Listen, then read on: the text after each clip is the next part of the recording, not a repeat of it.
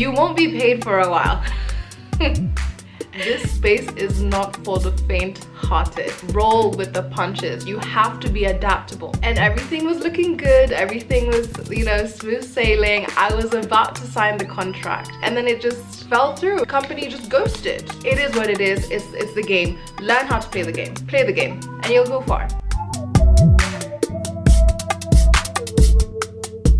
Hey guys, welcome back to my channel. It's been a minute since I've done a sit down video and like a helpful tips and tricks video, and this just popped into my mind the other day and I just thought I'd share. For those of you that don't know me, my name is Cami. I'm a content creator, radio host and digital marketing manager. So as you can see by the title, today I'm going to be telling you what you need to know before starting out as a content creator, influencer or just general creative in this space, particularly in the Kenyan space. I don't consider myself an influencer, but I do think I have credibility to speak on this topic because behind the scenes, how I guess make a living is that I make content for mainly corporate companies, corporate individuals. Just basically I make content in that corporate space for either brands or individuals themselves, like executives. In that sense, I kind of know the way around as a freelancer, as a content creator. I still do consider myself a content creator, even though I don't post as consistently as I should. But regardless, I am a creative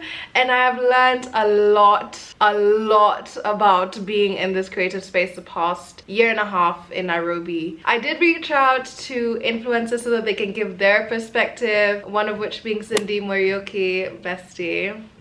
So she gave me a few of her points on what you should know before starting out, so that you have like two sides of the coin. You have my perspective and you have the influencer's perspective, but you'll see that there's a lot of crossover. Anyway, without further ado, gonna grab my tea, sit down. Oh my god, it's such a relaxing, cozy vibes video, guys. Sit down, relax, grab a cup of tea. I'm currently drinking pay me first tea, not sponsored. Grab yourself a cup of tea, enjoy the video, hope it's helpful. So what you need to know before starting out as a content creator, creative, small influencer in this Kenyan Nairobi space. Number one, you won't be paid for a while. And like, I feel like I've talked about this before, maybe in my vlogs, because there was a vlog at the beginning of the year where I actually took you guys along with me and I was talking to this big corporate company about sponsorships. That fell through, and I quickly realized from then on, hey, even though like for me to even get in that room took like a while, took a lot of back and forth, took networks, but we'll get into that, and everything was looking good, everything was, you know, smooth sailing. I was about to sign the contract.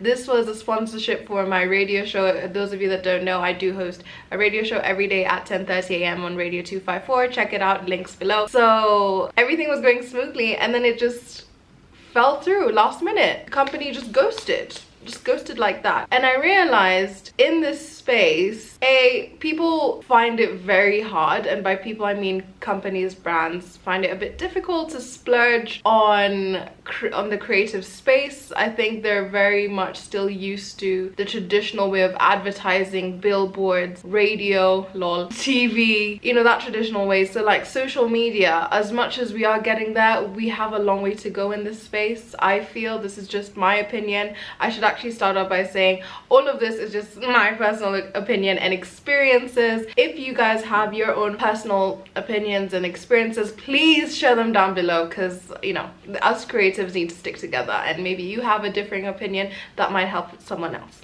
Anyway, you won't be paid for a while. There are steps between creating and actually being paid.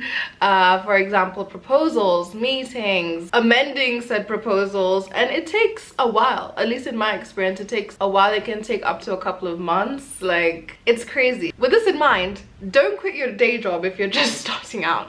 Make sure you have a source of income as you're chasing to get paid in this creative space. Also, people can be a bit unreliable. They'll say, yeah, I'll pay you on this day, and they won't. I don't know what it is. Maybe like people just don't take creative seriously, but it takes a lot out of us to put our time, effort, creativity, just mental energy into the work we produce for your brand. And then when now payment is being wishy-washy, yeah, it just rubs me the wrong way. But that's the first tip you need to know, is like it will take a while to be paid, not only in that sense, but also as you're growing your followership, as you're growing your reach, as you're growing your engagement, you know, it will take time for brands to be like, oh, okay, who is that? And then approach you, or you approach them. The second thing you need to know is things will start off slow, and it kind of links to the first point as well. You have to be both persistent and patient. So like what I was saying about the proposals and the revising of the proposals and coming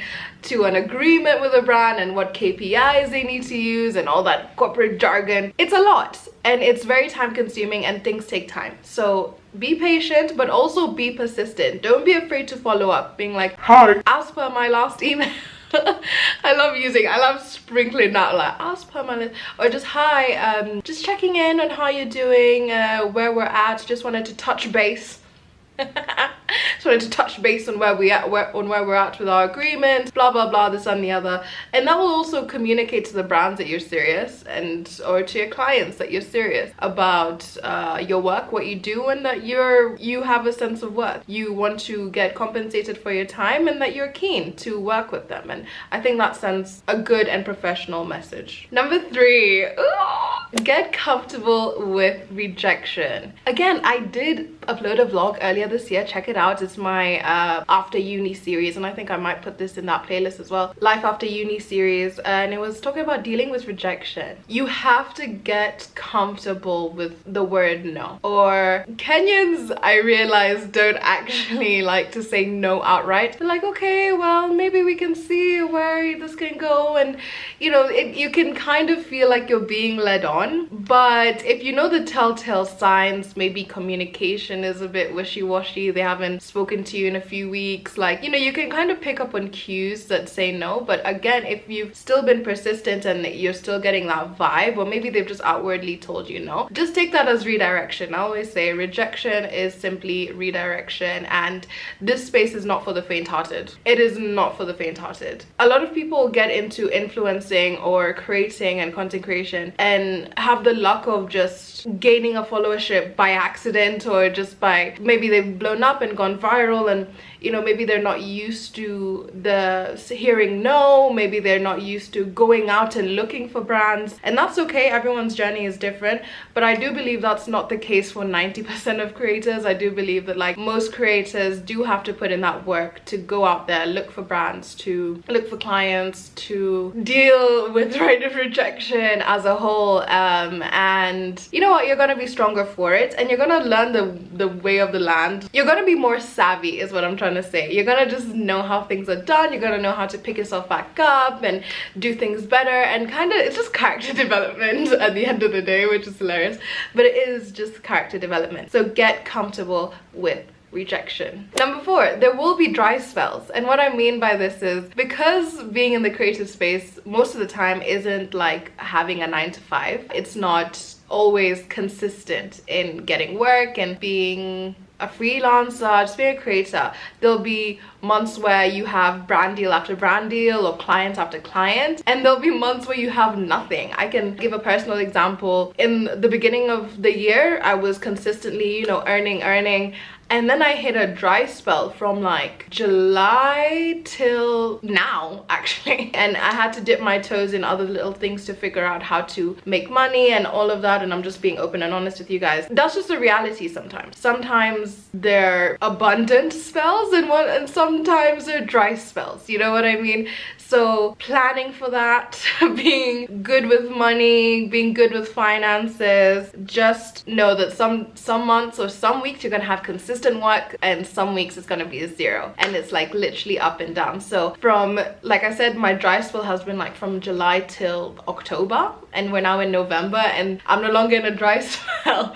Like, it's just so up and down. But the more persistent you are, the more you'll be able to garner clients and brand deals or sponsorships that can sustain you in the background. Even when, you know, new brands aren't coming in, the earnings you've made from previous brands should be able to sustain you. Or do odd jobs. No, I'm just telling you, this is the reality of starting out. You're gonna have to do odd jobs. You're gonna have to do things you don't want to do in order to sustain yourself and the lifestyle you want to live. Number 5, you're gonna make mistakes, okay? And that's fine. Mistakes happen, we're all human. Don't take it personally. You know, with creatives, because it's our work, and maybe a client is like, oh, okay, no, you actually misunderstood the brief, you may do it like this. You can't take that criticism personally.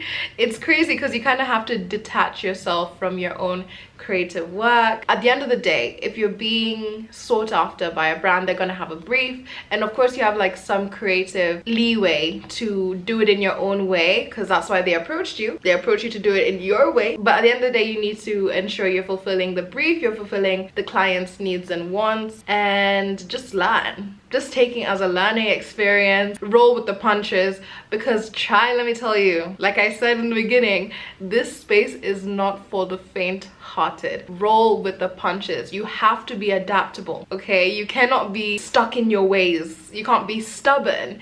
You have to know when to put your foot down, but also know when to adapt, know when to step back as the creative, know when to be like, okay, hey, I wouldn't do it this way, but if that's what you want, you're the one paying me, and it's okay. Number 6, and I'm sure you guys have heard this one so many times, but it's true. Consistency is everything. Consistency is everything, and that's ironic coming from me.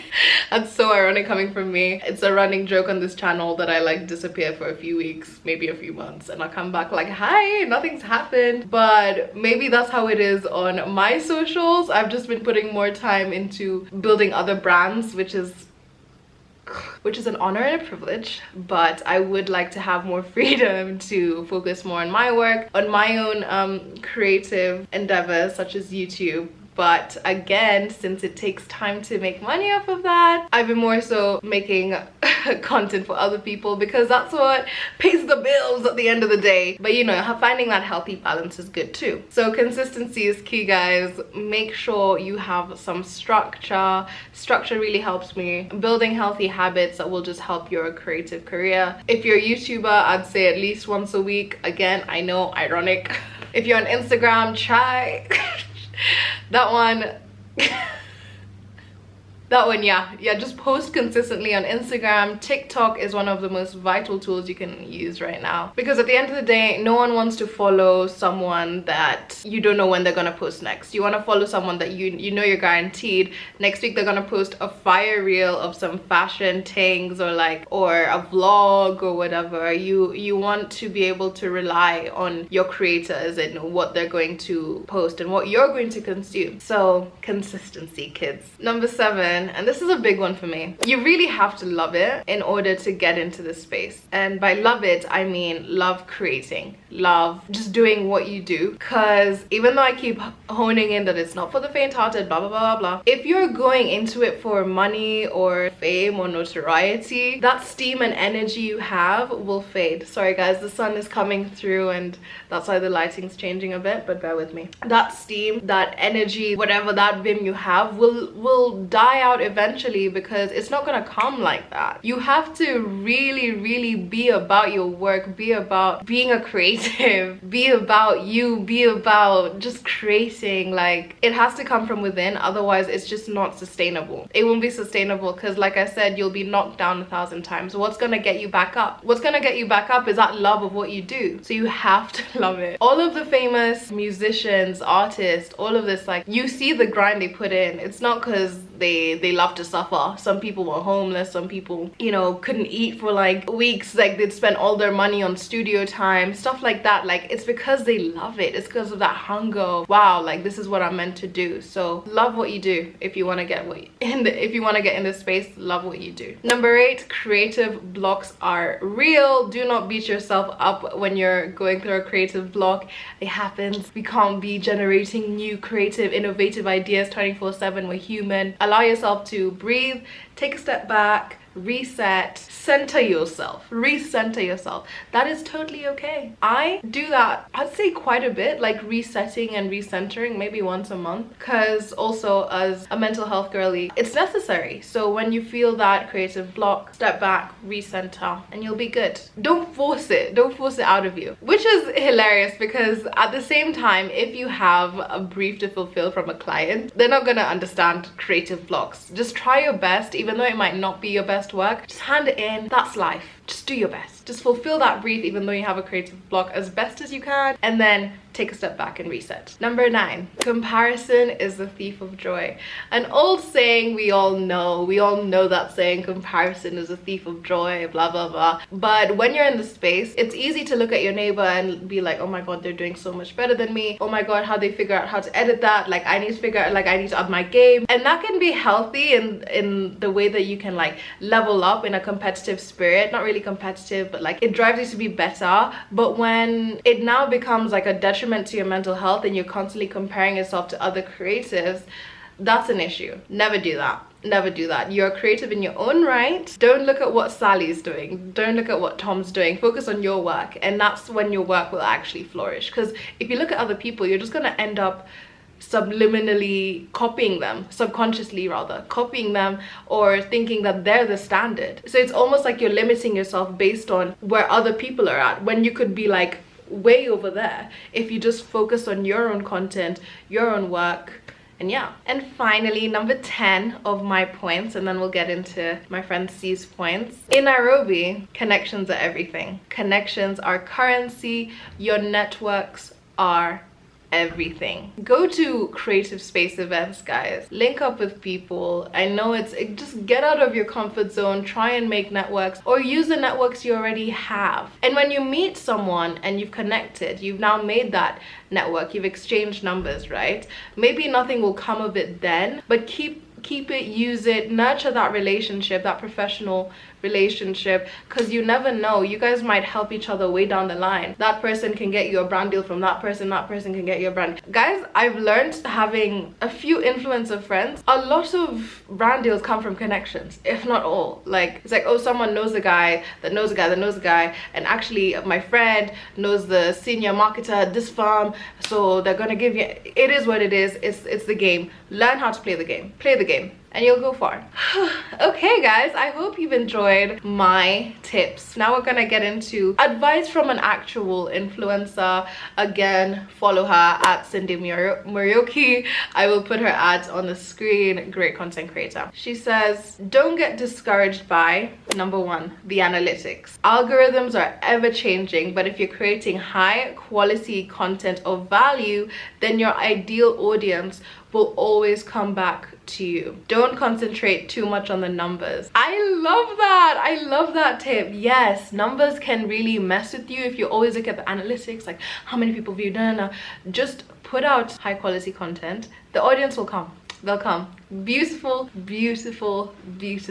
point. Number 2, don't be discouraged by the brand deals and partnerships or lack thereof. A lot of people send out proposals and get rejected. That's what I said. It's 100% normal. Just trust the process and continue shooting your shot. You might find a brand approaching you instead. Exactly. So I hope you guys have heard that. Don't be discouraged by the lack of brand partnerships and how quickly or slowly they're coming, or if they're coming at all. It's just a process, and as she said, trust the process. Maybe a brand will come to you. And she ends on a beautiful point. She says, never settle for less. It's easy to get exploited in this space, but always, in capital letters, always negotiate any offer you get. Trust, these companies, especially international ones, have the budget. That is a great and practical tip. Always negotiate your deal. Just see.